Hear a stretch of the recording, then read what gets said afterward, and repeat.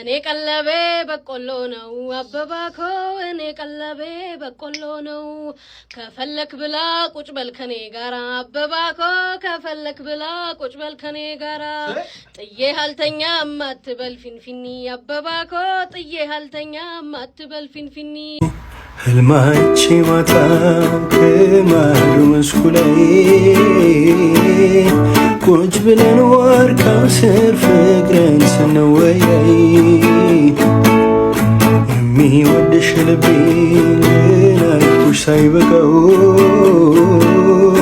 በእጆችሽ ደባብሰሽ ልታቅኝ ስልነቃው ሰላም ጤና ይስጥልን ክቡራትና ክቡራን ቤንጃ ቲዩብ ቤተሰቦች እንደምን አላችሁ በእያላችሁበት ሁላችሁም ሰላም ሁኑ ዛሬም እንግዲህ እንደተለመደው ምርጥ የሆኑ ቪዲዮዎች ይዤላችሁ መጥቻለሁ እነሱን እያየን ሪላክስ እናደርጋለን ቁም ነገር ባላችሁ ቪዲዮዎች ደግሞ እና ሐሳብ አስተያየቴን ከዚህ በቀጥታ ለእናንተ አደርሳችኋለሁ እናንተ ደግሞ ሁሌ እንደምታደርጉት ሐሳባችሁን በነጻነትና በጨዋነት ማስፈር ትችላላችሁ ማለት ነው ኮሜንት ሴክሽን ላይ ሁሌ እንደምናደርገው ደግሞ ታዳጊዎችንም መልካም ልደት እንላቸዋለን ለማሂ ኤልያስ ለራፋኤል ሄኖክ ለሂታኒያ ኤርሚያስና ለማርካ ጸጋዬ መልካም ልደት እንዲሆንላችሁ እንመኛለን እደጉልን ሎግ ማድረግ ብቁልን ነው ምንለው ለልጆቻችሁ መልካም ልደት ማለት የምትፈልጉ ወላጆች እዚህ ፊት ለፊት በምትመለከቱት የቴሌግራም አድራሻዬ ፎቶአቸውና ስማቸውን በአማርኛ ላኩልን መልካም ልደት እንላቸዋለን ማለት ነው ሌላም አዲስ ሐሳብም እያዘጋጀው ነው ልደትን በተመለከተ ልጆቹን በጣም ሊያስደስት የሚችል በቅርቡ እሱንም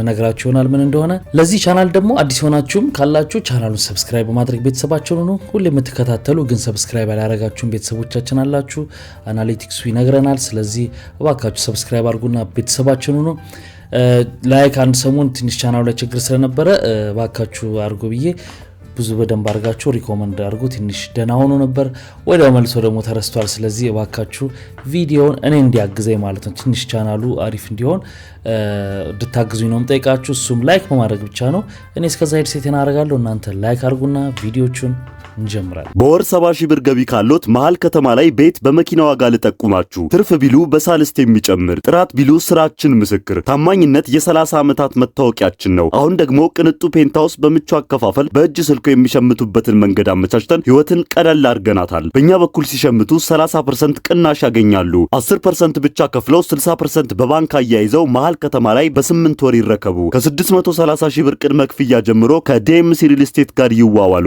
ውሎንም በ3 ቀን በዲኤችኤል ካሉበት ቦታ እናደርሳለን ቤቶቹ ከስቱዲዮ እስከ ፔንታውስ ሲሆኑ ሱቆቹ ከ30 ካሬ ጀምሮ ዝግጁ ናቸው ልብ ይበሉ መንደሩ ኮምፓውንድ በመሆኑ 6 አሳንሰር መዋኛ ገንዳ የከርሰ ምድር ውሃና ባካፕ ጀነሬተር ከተሟላ ሴኩሪቲ ጋር ከዲኤምሲ ያገኛሉ አሁኑኑ በ0988883434 ወይም በ0988885656 ከደወሉ በካሬ 7000 ብር ልዩ ቅናሽ ያገኛሉ ዲኤምሲ ሪል ስቴት ትምህርት ቤት ሪከመንድ አድርጉኝ ባልኩኝ ቪዲዮ አንድ የሞንጎላዊ ፕሬዝዳንት ሹፌር የነበረ ጎረቤታችን አግብቶ ሄድኩኝ ሰርጉ ላይ አንድ ሴት አገኘች ትምህርት ቤት ሪከመንድ አድርጉ ብለሽ ነበረ በጣም ቆንጆ ፕራይስ ፌር ፕራይስ for all Ethiopians ምናምን ስትለኝ ኦኬ እሺ የት ነው ብዬ ጠቆመችኝ በቃ ስኮላር አላቸው ይልካሉ በራሳቸው ስትለኝ አረ ስኮላር ነው በዲቪ ለምን እንትን ይላል ብዬ መሄድ ከዛ በር ላይ ገና ሲያኝ እንትኑ በር ላይ የሚጠብቀው ማለት ነው እናት ከቀበሌ ነው በዛው ይርኩት እናት ግን ውድ ይመስለኛል አለኝ ማለት ነው ከዛ ማለት እና ሶዋት አልኩኝ ከዛ ሆ መናናቅ ሰበርሰካ ያልኩ ቢሮ ስደርስ ሄይ good morning አራሰ ኢን አማሪካ አልኳት እና እና ምናምን ስትራቴጂያችን እንደዚህ ምናምን አማሪካ ራሱ እንግሊሽ ነው ይሁን ብዬ ፕራይሱ ዋናው ፕራይሱ ነው ፕራይሱ 4900 አለችኝ 4900 ከነበረበት ትምህርት ቤት በጣም ርካሽ ኮኑ በጣም ርካሽ ቆንጆ ፕራይስ ነው ያላችሁ ታንክስ ጋድ ስላት ዶላር አለች ዳራል ሆነ ሰዓት ጠፋብኝ ምን እንደሆነ ከዛ በብላክም ያለ ብላክም መታውት ረስቤ አከሰዳዳ እንደምከፍሉት አከሰዳዳ ሀብታም ረናቴ ብዬ ስወጣ በር ላይ እግዚአብሔር ይስጥልኝ ተንቢ you are so thank you so much ብዬ እንደዛው ስክት ይያልኩ ወደ ቤቴ የነጌታ የትምህርት ቤት ዋጋ በጣም ይሄ በተለይ ኢንተርናሽናል ስኩል ናቸው ነው የሚባሉት የሚቀመስ አይደለም ከሱም አልፎ ተርፎ ደግሞ አንዳንድ ትምህርት ቤቶች የምግብ እንትን ሁሉ መስጠት የሚሰጡ ትምህርት ቤቶች እንዳሉ ሰምተናል። ምን እንደምትከቱለት ከሰኞ እስከ ዓርብ ትምህርት ቤት ሲሄድ የምግብ ፕላንና ፕሮግራም ደግሞ ያላቸው አሉና ችግር የለውም እኮ አሪፍ ነው። እንደውም ተመሳሳይ እንዲበሉ ወይ ምናምን ልትሉ ትችላላችሁ። የተለያየ ሆኖ በየዕለቱ ግን ምግቡ የተለያየ ቢሆንም በየዕለቱ ግን አንድ አይነት እንዲበሉ ማለት ነው። እና ግን ሲመጣ ሊስቱ የኔ ጌታ ምግቡ ላይ የዘረዘሩት ነገር ዋጋው አይቀመስም። ዶክተር የባለቤት እንዴት ናት? ባለቤት በጣም ሰላም ናት። ቀኝ እግሯ መቆረጥ ነበረበት ተቆርጧል። ግራውን እኮ ነው ያመማት እንዴ? ግራውን ቆርጦ አላካበደችም መሰለ። ቀኙን ቆርጦ ግን ምንም አላልኩም፣ ዝም አለች እና ሁለቱም ተቆርጧል። ሲቀልድ እኮ ነው። ቀልድ ግድ ነው በቁም ነገር ማለት። ግን አንድ ነገር ያየነው ሁለቱም ኩላሊቶቿ ኩላሊቱ ምን ሆነሉ እያጣሩ ማጣራት አለ። ኩላሊቱ ስራ እያጣራ ነው። ኧረ ዶክተር ሲቀልድ እኮ ነው። ቀልድ ግድ ነው በየእንትኑ ማለት ቀልድ ግድ ነው። ለማንኛውም በቃ ችግር የለውም። እየቀለድክ በድኗን ሄደህ መውሰድ ትችላለህ። በድኗን ምን ማለት ነው እንዴ? ምን ሆናለች? ባለቤት ምን ሆና ነው መላት? ያው ነፍሷም እዛ ውስጥ አለ። እሷም ማለት ውስጥ አራስ ቀልድ ነው። አንተ እየቀለድክ እንጂ ቀልድ ነው እንዴ? አቺ ይወሶ በቃ እየቀለድክ። እሺ በቃ እንግዲህ ስላገኘው ደስ ብሎኛል።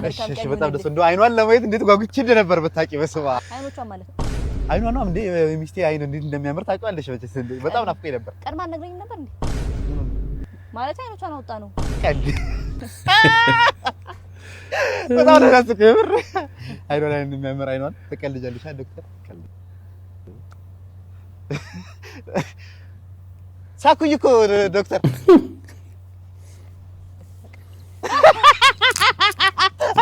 ኧረ በጣም ነው የሚያስቀው ዶክ።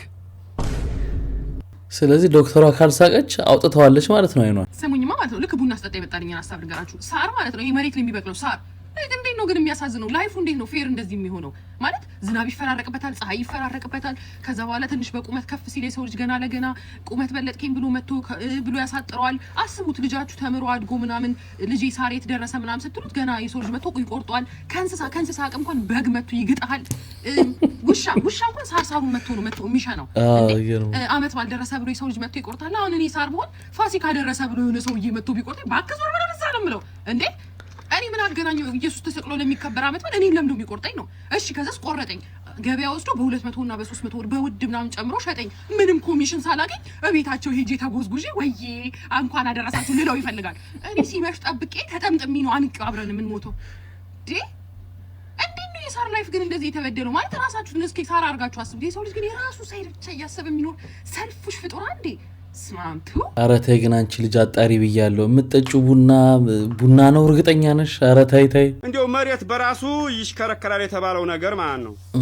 ይህ አካባቢ ሳይንስ ያወራን ነው። ውሸት እኮ ነው ማለት። አሁን እኔ ደጃፉ ፊት ለፊት እግሪም ለእግሪም ነው። አንድም ቀን ወደ ታች ዙሪያ አያውቅም፣ ወደ ላይም ዙሪያ አያውቅም።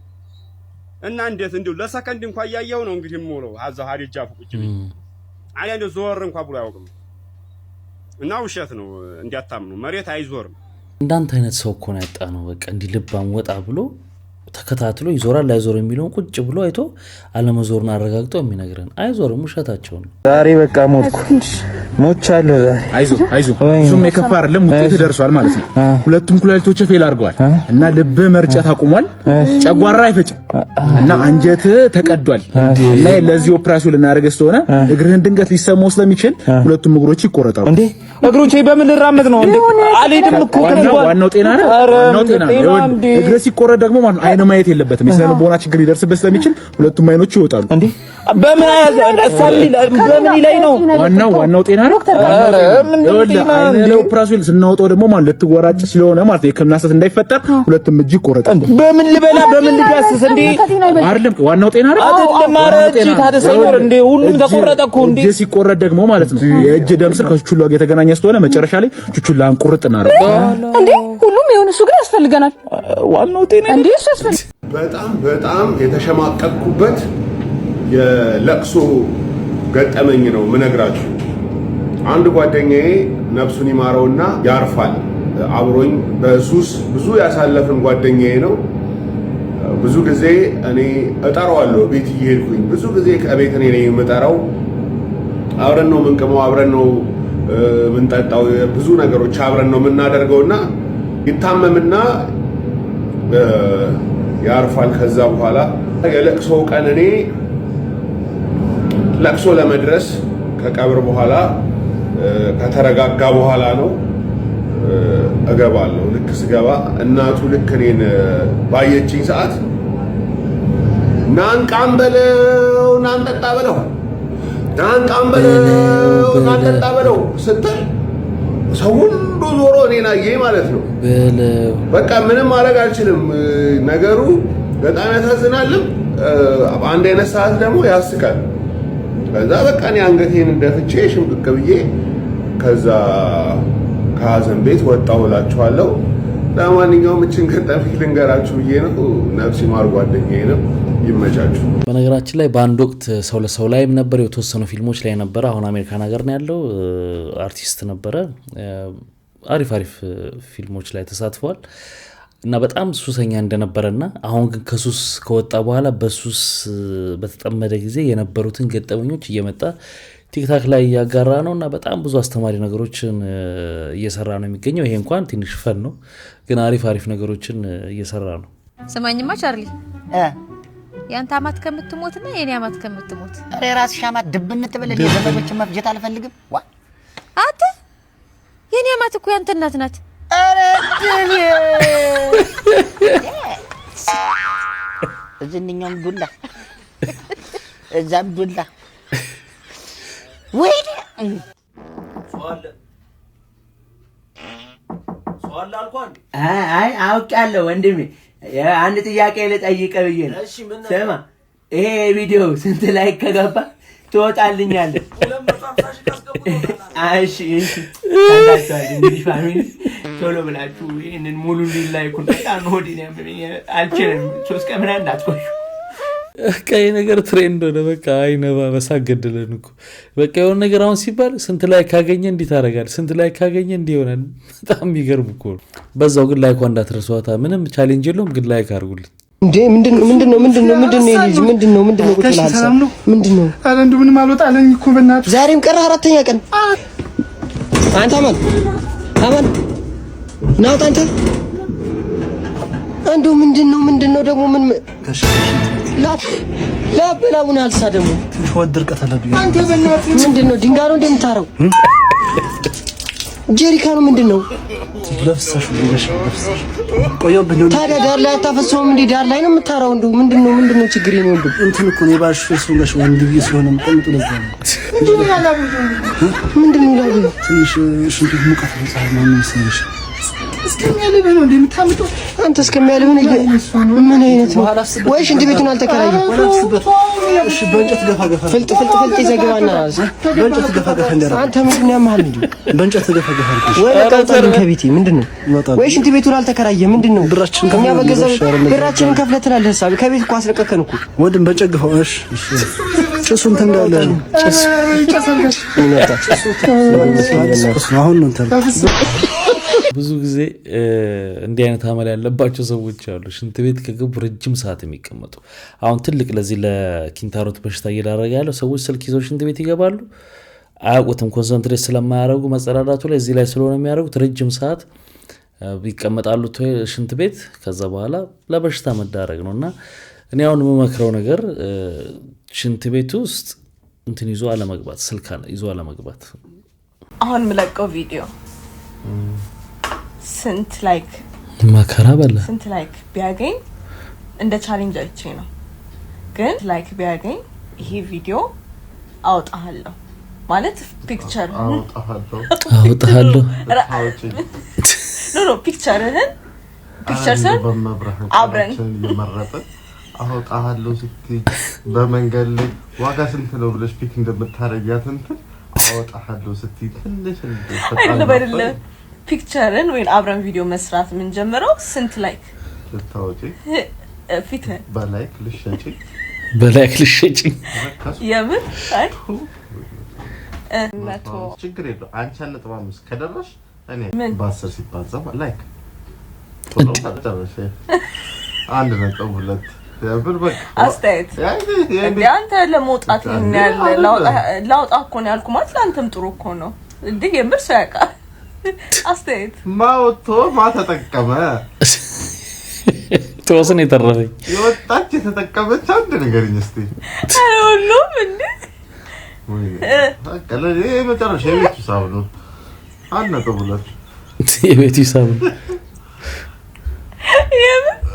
የመጨረሻ ዋጋ አረ ከዚህ በኋላ የምር ከእንትኑ የማይመጣው ከቦታው የማይመጣው በዚህ አይ መጨረሻ ነው አባቱ አይ ስለማው እንዴ አንተ ምን ሆነ ነው ሰውዬ የወቅክ ባልኩ አረ የመጨረሻ ዋጋ አሁን አንቺ እዚህ ብትጠብቂ በተሻለ የሚያወጣኝ አላጣም የምር ሰው ከፒክቸርን ፖስት ከሚያደርግ ቲክቶክ ላይ ከሚያወጣት ማለት ነው ተናገርና እኔ ሚስት በክብር ላውጣ ከቲክቶክ ላይ አሁንም ጋር እንትን ሁሉ ይመስለኛል ልንፋታ ነው ይሄ ቪዲዮ ስንት ላይ ካገኘ እንፋታለን የሚል ሁሉ ይመስለኛል ወደፊት በነገራችን ላይ አሁን የጠየቀችው ላይክ ያገኛና ይሄን ቪዲዮ ታሪክ እንሰማለን ለምን ለሆነ ነገር ሴራ ሲሆን ይደረጋል ስራችሁ ገጽ 144 ላይ በጣም ያሳቀኝ ማለት አንብቤ መጨረሻ ቃተኝ ራሱ ልባይ በጣም ነው የሚያስቀው መጽሐፉ ባሻይ ገጽ 144 ነው ባሻይ ብሎ ነው የሚጀምረው ያው ጽሁፎችን አሁን እኛ ባሻይ ነው የምንለው እሱ ሁለቱ ሰዎች እየተጣደፉ ወደ ስራቸው ሄዱ አንዱ አካፋ ይዟል ሁለተኛው ደግሞ ዶማ ይዟል ስራ ቦታቸው ላይ እንደደረሱ ከፊትና ከኋላ ሆነው አንደኛው ጉድጓድ ሲቆፍር ሁለተኛው ከኋላ ሆኖ ጉድጓዱን ይደፍናል የሚያደርጉት እነዚህ ሰዎች ይሄንን አንዱ ይቆፍራል ሌላው ይደፍናል ስራቸው ፍጥነት አለው አንዱ ወደፊት እየተራመደ ጉድጓድ ይቆፍራል ሌላኛው ደግሞ ፈጥኖ ይደፍነዋል የሰዎቹን ስራ ያየ መንገደኛ በሁኔታው ግራ ተጋብቶ ጠየቃቸው ስራችሁ የስራችሁ ፍጥነት ጥሩ ነው ግን እኮ አንዱ የቆፈረውን ሌላው ለምን ይደፍናል ግራ ገብቶኛል ግራ ገብቶኛል አላቸው ልክ ነው ግራ ያጋባል እኮ እንዴት ይሄ ስራ የሶስት ሰው ስራ ነበር እኔ ቆፍራለሁ አንዱ ይተክላል ይሄ ጓደኛዬ ደግሞ ጉድጓዱን ይደፍናል ዛሬ ችግኝ ተካዩ ታሞ ስለቀረ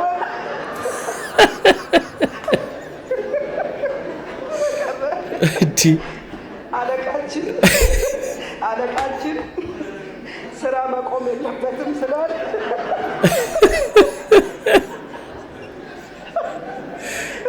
ረፈለ ጨዋታ ስላለ እኛ ድርሻችንን ስራችንን እየሰራን ነው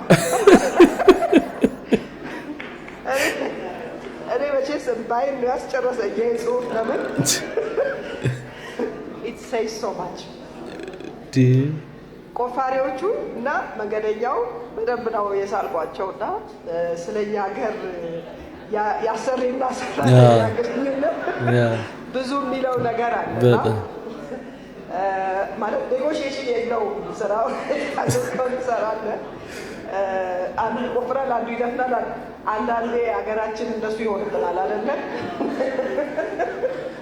ያገር እና እየሳኩኝ ግን በጣም ትልቅ ቁም ነገር ነው እዚህ ጋር የተጻፈው በጣም ትልቅ ነገር አይደለም እንዴ ያስቃል ግን ዛፉ ቢተከልም ባይተከልም እኛ መተናል ተካዩ ስላልመጣ እየቆፈር እንደፍናለን ስለዚህ ስራ ሰርተናል ብለው ደሞዝ ይቀበላሉ እነዚህ ሰዎች ኦኬ ይሄንን 15 ገጽ ትንታኔ ጽፍበት ይችላል እንዴት እውነት እንደሆነ ማለት ነው በየስራችን እንደዚህ አይነት ነገሮች ስንሰራ አንውልም ማለት እናያለን እንታዘባለን አሁን ይሄ ምን ጥቅም አለው ምናምን ብለን እናውቃለን እንደሱ ያለ ነገር ነው ተስፍሽ ደንበኛ ክሪቲካል ኦብዘርቨር ነው የባህላችን የኮሙኒኬሽናችን ሌላው ኮሙኒኬሽኑ ነው መንገደኛው ቆሞ መጠየቁ እና ደግሞ እነሱ የሰጡት መልስ በኮንፊደንስ ነው የመለሱለት እኛ ስራ ታዘናል ይሰራል ስለዚህ ኢትስ ኦኬ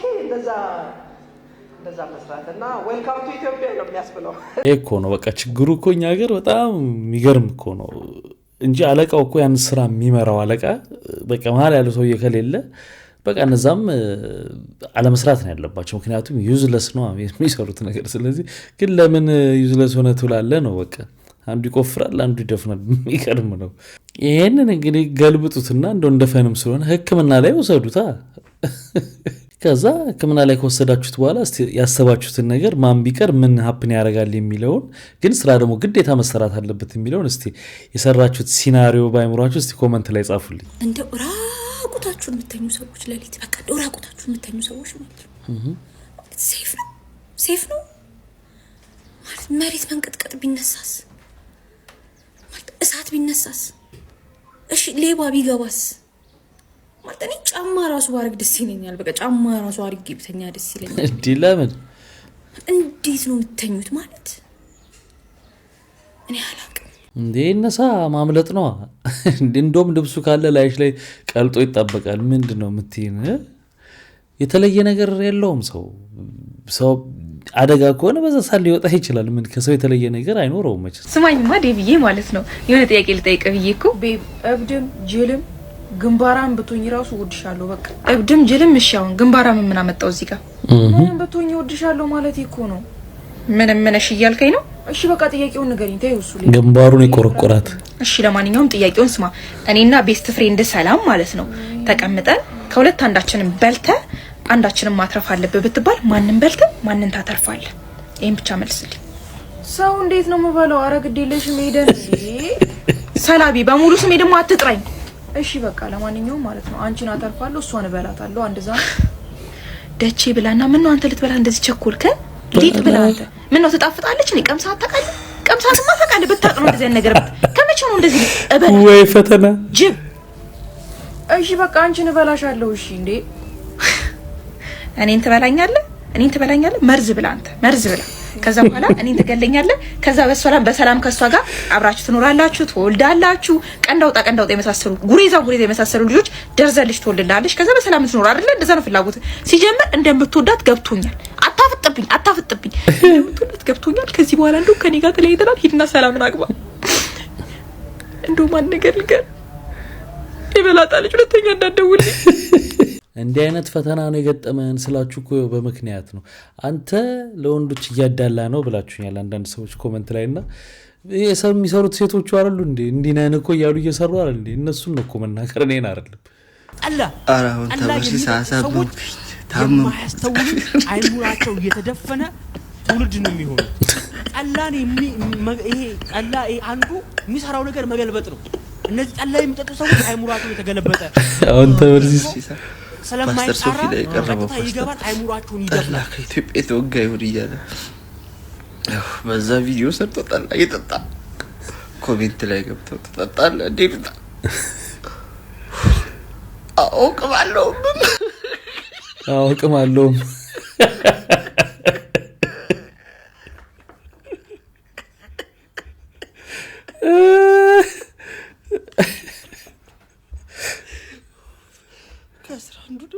ይለይልህ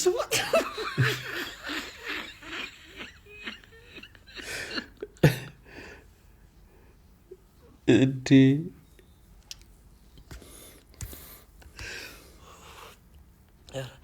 እንደ ዛሬ በቤት ይስቅ ያላቀም እግዚአብሔር አሁን ታትለያለህ ማርያም። እንደ ህዝብ ነው እኮ የተንታታብን። በጣም ኑሮ ተንታቶብናል። ምን ጋር እንደሚደረግ ራሱ ጠፍቶናል እንደ ህዝብ። አሁን ይሄ ከላይ የምትመለከቱት በሰርጉ ቀን ከሜዞቹ ጋር ታይኳንዳ ያሳየን ታይኳንዳ ፋይት። አሁን እኔ ደብድብሻለሁ በየቀኑ ቀጥቅጥሻለሁ ለሚስቱ ማስተላለፍ ይሄ ምንድነው? በሰርግ ቀን ታይኳንዳ ተንታቶብናል። በጌታ በኢየሱስ ስም እግዚአብሔር ይርዳል። አሁን የተለየ ፕሮፌሽን ወይንም የሆነ ነገር ካላቸው በሰርጋቸው ቀን ምናምን ማድረግ እንደ ፋሽን ሆኗል። እንግዲህ አንዳንድ ሙያ ለመድረክ ይዞ መጥቶ በሙሽራ ልብስ ለማሳየት የማይመች ነገሮች አሉ። አሁን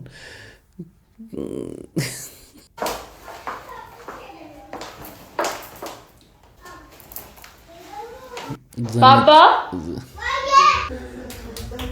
እንዴት ነው ሰው ታምብል? እንዴት ነው እኮ ስራ ሊሄድ ነው።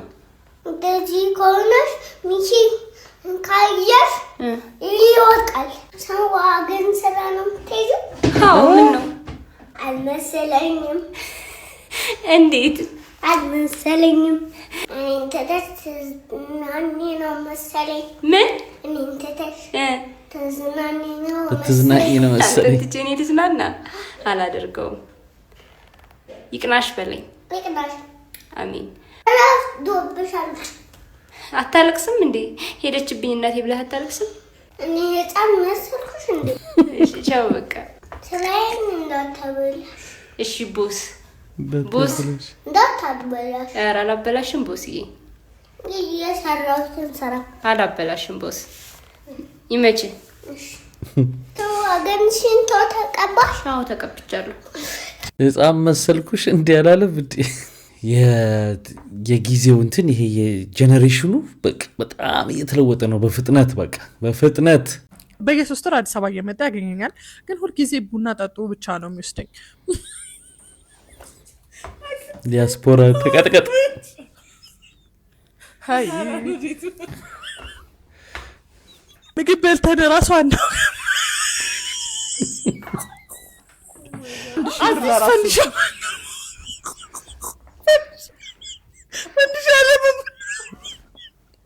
በጣም አንደስታንዲንግ ለመሆን እየሞከርኩ ነው። ከተፈጠሩት ነገሮች ውስጥ የማረሰው አንድ ቀን መቼም እሱ አያበላኝም ብዬ ምሳቄ ይሻለሁ። እሱም በቃ ፍርፍርም እንዘዝና አንድ ላይ እንብለዋለን። ሩዝ ነበር ያስኩት። ከዛ ኦኬ ብዬ የሆነ ምግብ ቤት ገባል። then guess what happened when the waiter came he said ደረቅ እንጀራ አምጣልን። ከዛ በኋላ I was so embarrassed. አስተናጋጇ ራሷ ደንግጣ ምን አለችና አየችልጣት። እስቲ ማስ ራስ ሰውታ ምሳቃ ከደሙ ካንቺ ቦታ ነው።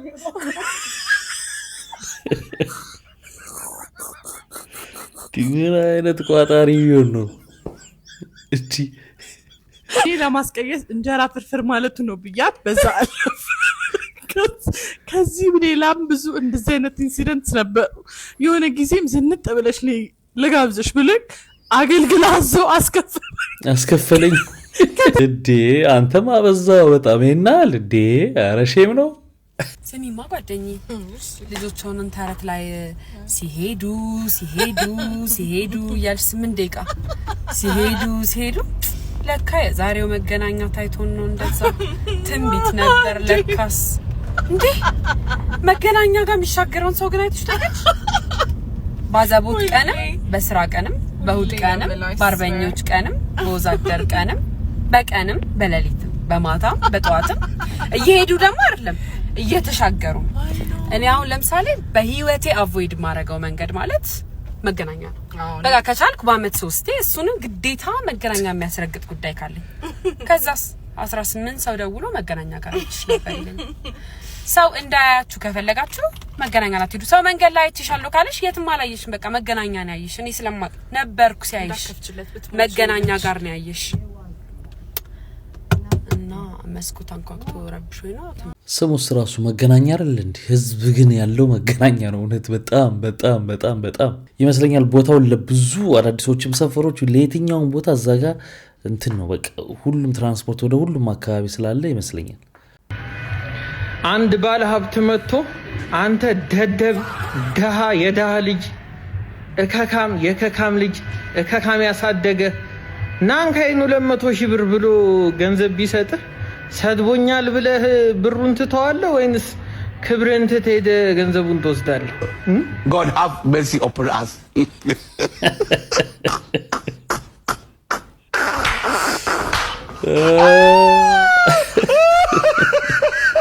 አሁን በዚህ ልክ ሰው መፈታተን ተገቢ ነው ትላላችሁ? በዚህ ልክ እኔ ግን አሳባለኝ። እውነት ከሆነ የተናገረው መቀበል ነው። ያልሆንኩትን ሆንክ ካለኝ ግን ልክ አይደለም። ለምሳሌ አንተ ዳ ምናምን ካለኝ ዳ ኮንኩ ይሄ ሰውዬ ሰደበኝ ሳይሆን እውነቱን ነገረኝ ነው አይደል? ስለዚህ እውነቴን ተቀብዬ መቀበል ነው ገንዘቡን። ከኩላይ ግን ትንሽ ሊያነጋግር ይችላል። ስራ አስተዋውቀሽ ቫይራል ከወጣለሽ በታየልሽ ላይ ቁጥር ከፍላለሁ። በታየልሽ 50 ከታየ 50 100 ከታየ 100 500 ራሱ ከታየ 500 ለመክፈል ዝግጁ ነኝ።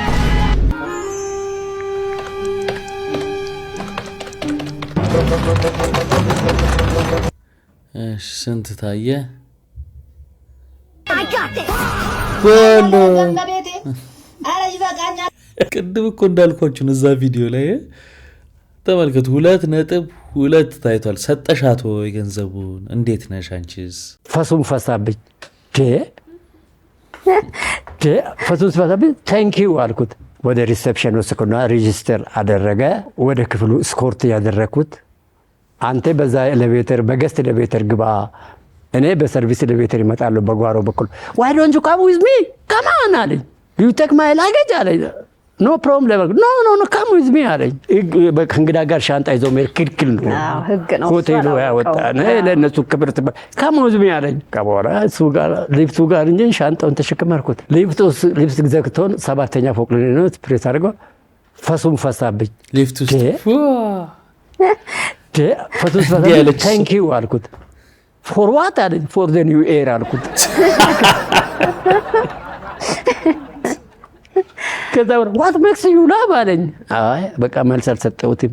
ሳቄን ለቀኩት። ለሽንቴን ነው የለቀኩት። በቃ ክፍል አገባው። በሩን ከፈትኩና የክፍሉን ፋሲሊቲ ሁሉ ነገር አስረዳሁት። ቴክ ሚ ቱ ዘ ማናጀር አለኝ። ዋይ ዶንት ዩ ላቭ አለኝ። ዩ ላቭ ቱ ሚ አለኝ። ኖ አልኩት። ሶ ሳቁብኝ ብሎ እሱ ተሰምቶት ነው። አዎ በቃ ማናጀሩ ጋር ይዞኝ እኮ ሄድኩ። ይዤ ሄድኩ እኮ ምንድነው አለኝ። በቃ ክፍል ሊፍት ውስጥ ሲገባ ፈሱን ፈሳብኝ ሳቅኩት አልኩት። ይሄ ነው። እሱም ደግሞ ሳቁን ኤቭሪባዲ ኢዝ ላቪንግ ሴክሬታሪ ከዛ መስኮቱን ከፍታ በሳቅ ሁሉ መስኮት ከፍታ ሳቁ አለቀቀ። ሁላችሁ ምንድነው ሳቅ በሽታ ነው የያዛችሁ? በቃ ከዛ በኋላ ሄደ ሸኘውና ቅርታ ማናጀሩም አግባባው። በጣም ብዙ ጊዜ ባለትዳር ወንዶች ማለት ነው እኔ በሚስቴ ደስተኛ አይደለሁም፣ በቃ በህይወቴ ደስተኛ አይደለሁም፣ በትዳሬ ደስተኛ አይደለሁም ምናምን ነው የሚሏችሁ ሁሉ ጊዜ ሲያገኟችሁ ማለት ነው። ሚስቶቻቸው ግን ስቲል እያረገዙ ነው። በአመት ያረግዛሉ ሚስቶቻቸው። ስሜትና ፍቅር ተምታታብሽ እንዴ? እዚህ ሀገር ከዜሮ ተነስተህ የምትሰራው ነገር ቢኖር ልጅ መውለድ ነው። እንኳን ለአባቶች ቀን አደረሳችሁ። የኔ ጌታ ከዜሮ ተነስተህ ብትሰራውም ከዛ በኋላ ያለብህ ጣጣ ቀልድ እንዳይመስልህ። እንዲህ የሚል ዜና ሰማሁ። ከታጠቁ አካላት ጋር በመታኮስ 6 ሚሊዮን ብር ያተረፈ የአሶሳ ፖሊስ አባል ማበረታቻ እንዲሆነው 10,000 ብር ተሸለመ። ከዚህ በላይ ነቆራ ኬት ነው የሚገኘው? ከዚህ በላይ ማናደጃ ኬት ነው የሚገኘው? አንዳንድ ጊዜ የምናረጋቸውን ነገሮች ብንተዋቸው ጥሩች ነው። ብንተዋቸው የተሻለ ሪዛልት ያመጣሉ። ቴንኪዩ በቂ ነው። በቃ ሽልማቱ ያስፈልጋል። እኔም ብያለሁ ባለፈው የአዲስ አበባ ስቴዲየም ዝናብ ዘንቦበት ሐይቅ ሲሆን ያንን መብቴ ለመስጠት ሞሉያ ገዝቶ ሰራተኞችን እየጨመቃችሁ አውጡ ያለ ሰው ቢቶ እኮ ይሻላል። በቃ ለካሜራ አይዳረግም። ለነገሩ እነሱ ከቲያትር ቤት ነይ ብለው አቃቢ ነዋይ ያደረጉ ምክትል ፕሬዝዳንት አድርገው የሾሙ ሰዎች ይሄን አያደርጉም አይባሉም። ቢኮዝ እነሱ ቲያትረኞች ናቸው እንጂ ስለ ስፖርቱ የሚያውቁት ነገር የለም። ይሄ ግን ለምን ሰጠህ ነው? ለምን አተረፍክ ነው? አንዳንዴ ያረከው ነገር ትክክል አይደለም፣ ሁለተኛ እንዳታረግ ያስመስላል። ደጋግ ሰዎች በእንደዚህ አይነት ምክንያቶች በእንደዚህ ቀሽም ሰዎች ምክንያት ይጠፋሉና የምናረጋቸው ነገሮች አንዳንዴ የማይቻል ከሆነ መተው፣ ቴንኪዩ ብሎ መተው፣ የሚቻል ከሆነ ግን የሚመጥነውን ያረኩት ነገር ትክክል ነው፣ ያረኩት ነገር እንኳን አደረኩ ደግ አደረኩ እንዲልና ያን ነገር እንዲቀጥልበት ለሌሎቹም ራዕይ እንዲሆን ተከታይ እንዲኖረው ማድረግ። አለበለዛ ግን እንደዚህ ደጋግ ሰዎችን እያጣን ነው የምንሄደው። በባለፈው ቪዲዮ ካስታወሳችሁ ብዬ ነበር እኔ ሰውየው ስራውን የሰራው ስራው እኮ ስለሆነ ነው። ወንበዴን መያዝ ምናምን ማስጣል እንደዚህ ስራቸው ነው። ስራውን ሰርቷል። ቴንኪዩ በጣም አሪፍ ነው የሰራችሁት ማለት በቂ የሚሆንበት አግባብ አለና ስትሸልሙት ደግሞ እንዳለው 6ኛን አስመርቶ 10,000 ብር ሲሰጡት እንትን ያደርጋል። ባትሰጡት ግን በጣም በስራው ላይ ብቻ ምስጋና ብታደርጉ ግን የበለጠ ክሬዲት የሚሰጠው ይመስለኛል። እኔም እጋራለሁ ሀሳቡ። ትናንትና ብሔራዊ ቲያትር ሲፏጭባት፣ ሲጨበጨብባት፣ ሲዘመርባት ሰው ሲከበርባት ታየች።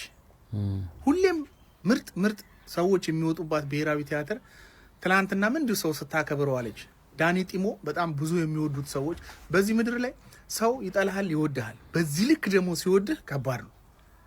እንደዚህ ደስታ የለም በአይነ ማየትና ዳኒ ሁላችንም እንወዳለን። ዳኒ ጢሞ ምርጥ አርቲስት ነው። 20 ሰው ጋብዤ ነበረ። 20ችሁም ሄዳችኋል። የተወሰናችሁት አገር ራቅ ስላላችሁ ሰው ልካችኋል። ሜርሲ ደግሞ በትራቨል ላይ የምትሰራ ልጅ አለች። ቲክቶክም ዩቲዩበርም ነች። ብዙዎቻችሁ ታውቃታላችሁ። አሁን ካናዳ ነው ሱዳን እየገባች ነበር ምናምን ብሎ ለዚህ ነገር ነው የመጣችውና እሷም እንግዲህ ኦርጋናይዝ በማድረግ አግዛናለች። እግዚአብሔር ያክብርልኝ። ሁላችሁም ስለመጣችሁ እናመሰግናለሁ። ተባረኩ። በቃ ይሄ ነው ነገ ምናምን አንልም እኛ በቃ ሞክረና ሙከራ የሚባለው ነው። አዎ ትክክል። ሰው መታገዝ ያለበት በቁሙ እያለ ነው። በኋላ ያበባውን አሁን ላይ ቢደረግ መልካም ነው።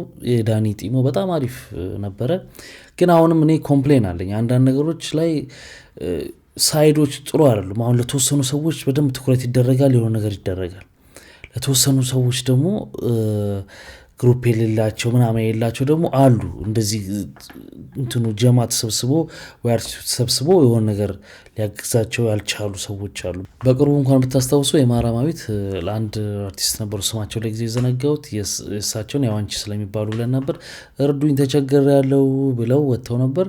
ከራሷ ኪስ አውጥታ 500,000 ብር ሰጥታ ሌሎች ማርቲስቶች እናግዛቸው ነገር እናርግላቸው ብላ እስካሁን ምንም ነገር አልሰማንም። እንግዲህ ወደፊት እየተዘጋጁን እያደረጉላቸውን አናውቅም። እንዲህ ሌሎችም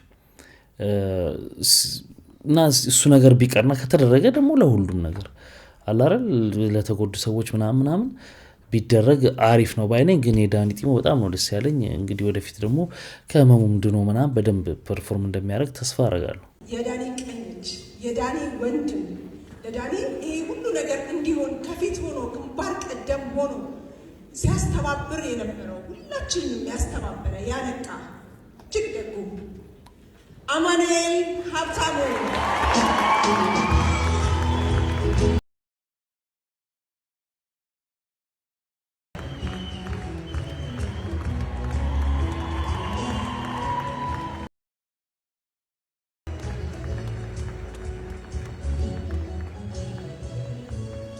ያነክሳል እግሩን ታሟል መሰለኝ።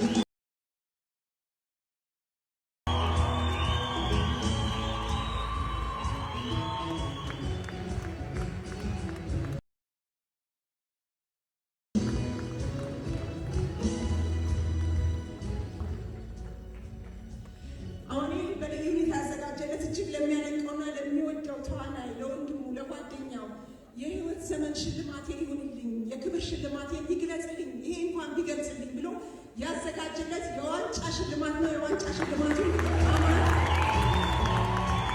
እንግዲህ ዋንጫ አማኑኤል ለራሱ የተሸለመው ዋንጫ ነው። ለሚወደው ለዳኒ ዋንጫ እየሰጠው ያለው ዋንጫቸው ጭብጨባ ነው። የሚገርመው ለራሱ ለአማኑኤል ከዚህ በፊት በሌላ ምክንያት የተሸለመውን ዋንጫ ነው ለሱ የሸለመው።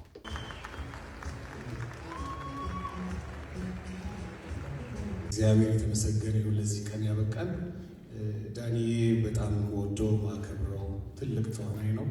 ይሄንን ፍቅር ክብር ስላየ እጅግ በጣም ደስታ ይሰማናል። እነዚህ ልጆች ናቸው ትልቁን ነገር የተጫወቱት። ኮሚቴው አንድ ጊዜ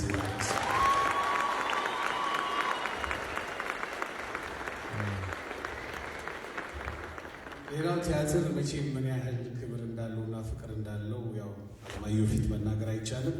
ግን እነዚህ ሁለት ልጆች እዚህ ሳጥን ውስጥ ረጅም ሰዓት የቆሙ ልጆች አይታችሁ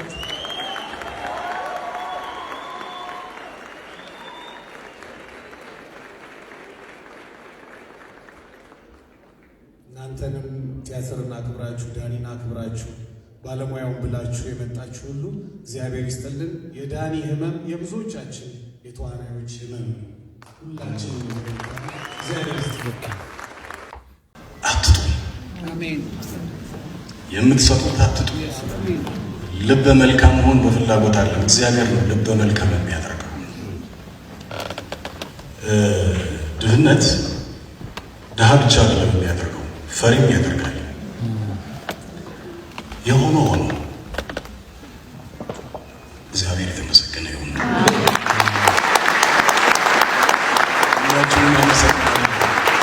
ያደረጋችሁ እዚህ የተገኛችሁ ሳትገኙ የቀራችሁ በሙሉ እግዚአብሔር አምላክ ይስጥልኝ።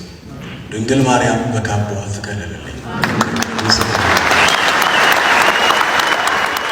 የኢቲኤፍሲ አትሌቶች ኩሪፍቱ የፈለጉበት የኩሪፍቱ ሪዞርት ካምፕ አድርገው ትሬኒንጋቸውን የተከታተሉ ምቹ በሆነ ኤንቫይሮንመንት ምንም በማይረብሻቸው ኤንቫይሮንመንት ያው ጥራቱን በጠበቀ ሪዞርትም ይሁን ነው የምግብ የተለያዩ ሪከቨሪ ነው ስቲም ሳውና ማሳጅ የተለያዩ ነገሮችን በማድረግ ለአንድ ወር የካምፓቸውን እዚህ እንዲያደርጉ እነሱ ፈቃድ ሰጥተውናል። ይሄ አይ ቲንክ በኢትዮጵያ ታሪክ የመጀመሪያው ነው።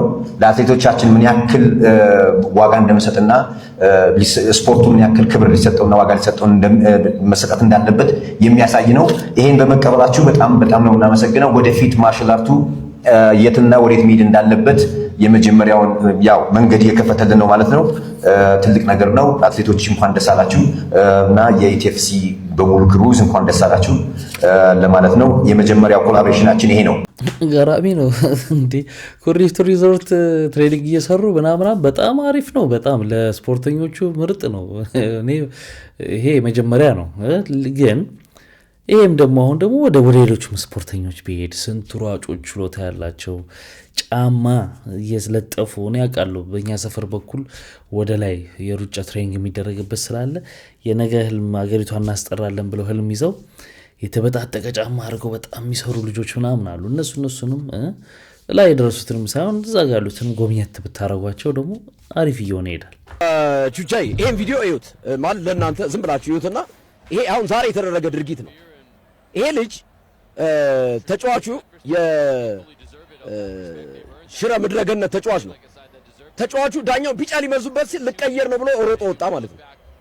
ልቀየር ነው ብሎ ሮጦ ሲወጣ ዳኛው በዛው ቀይ ካርድ አሳዩት። ዳኛውን ይሄው እንዴት እንደሚያዋክቡት ይሄው ፍረድ።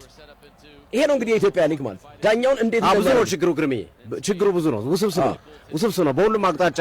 ልጁም ስተኛ እኮ ነው ችግሩ። ዳኛ ለካርድ እየጠራ ችግሩ ብዙ ነው፣ ግን ችግሩ የሚስተካከለበት ዳኛውን ተተመረ ነው። ሄደ እኮ እሱ ልጁን እንኳን አይደለም። ከዛ ይኸውልህ ልጁ ራሱን ይኸውልህ የዛሬ ውዝግብ ማለት ነው። ወጣ አየው ቢጫ ሊሰጡት ሲሉ ወጣ ቢጫ ሰጡት፣ በዛው ቀይ ሰጡት። ዳኛው ማለት ነው ቀይ ካርድ መዘዙ ማለት አየው። ከዛ ይኸውልህ ልጁ ወጥቷል አይደል? ልጁ ወጥቷል እኮ የሚቀየረው ልጅ ዞት ወጣ ማለት ነው። ከዛ በኋላ የሚሆነው ዳኛው ነው እንዴት እንደሚያደርጉት ይኸው ብልግና ነው። አሁን ዳኛው እንዴት እንደሚያደርጉት ቅድም ያልኩት ነገር ነው። ዳኛው እንዴት እንደሚያደርግ ይኸው እጁን እንዴት እንደያዘው ይኸው እጁን እንዴት እንደያዘው ይሄ እኮ በቃ ዳኛው ሊደበድቡት እኮ ነው። እንደውም እኔ ገርምሽ ዳኞቻችን ይሄን ሁሉ መከራ ችለው የኢትዮጵያን ፕሪሚየር ሊግ መዳኘታቸው በጣም ሊከበሩ ጋሮች ናቸው። በቃ ጨርሰናል።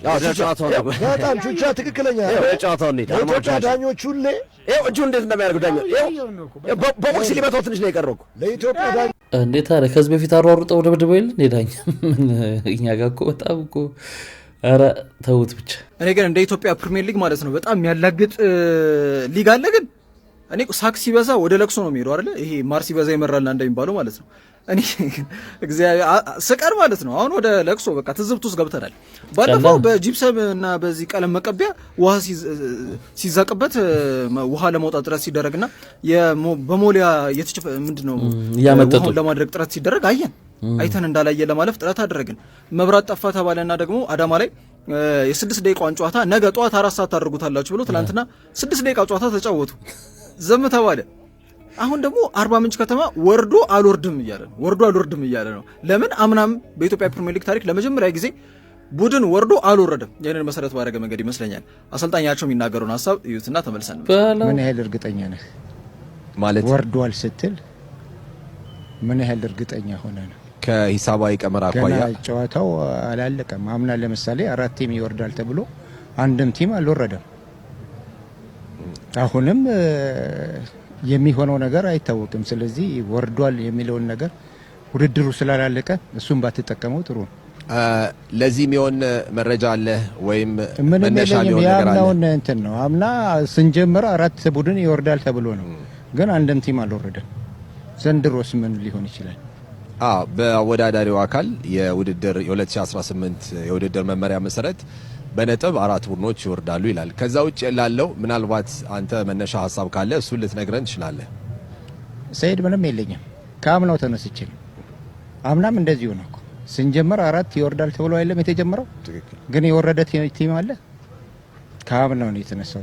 ድጋሚ ራሱ ሳይሆን እያሳቀኝ ነው ጋይስ። አሰልጣኝ አዲስ ካሴ መውረዱ ላይ ምን ያክል እርግጠኛ ያለ እውነቱን ነው። ይመች ንግግር ነው እንዴ? እና ሰይድ ራሱ ደነገጠ እኮ። የምታውቀው ነገር አለ አለው። ቢቸግረው ምን ይበል።